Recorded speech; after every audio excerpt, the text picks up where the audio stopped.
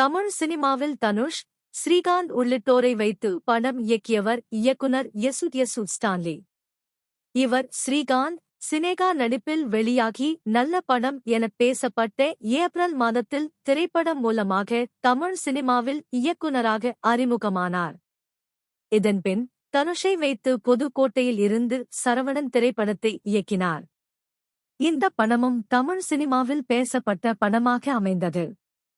இதன்பின் ஸ்ரீகாந்தை வைத்து மெர்குரி பூக்கள், கிழக்கு கடற்கரை சாலை என 2 படங்களை இயக்கியவர். அதன்பின் இயக்குனர் பணியை விடுத்து நடிகரானார். அதன்படி பெரியார், மணிரத்னத்தின் இராவணன், விஜய் சேதுபதியின் ஆண்டவன் கட்டளை, மகாராஜா உட்பட பல படங்களில் துணை நடிகராகவும் நடித்திருக்கிறார்.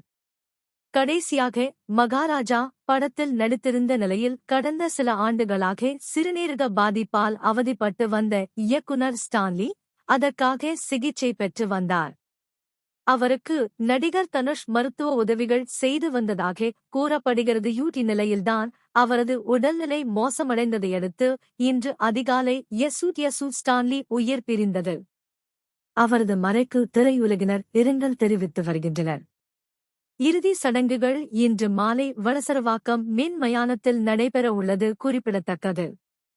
இறுதிக்காலத்தில் படத்தில் நடிப்பதோடு யூடியூப் தளங்களுக்கு பேட்டியளித்து வந்தார். தனது உடல்நிலை பற்றி எங்கும் குறிப்பிடாத அவர் அதனை மறைத்து ரசிகர்களுக்கு சுவாரஸ்ய தகவல்களை கொடுத்து வந்தார்.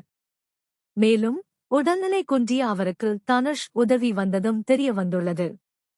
இந்த நிலையில் அவரது மறைவு தமிழ் திரையுலகில் அதிர்ச்சியை ஏற்படுத்தியுள்ளது.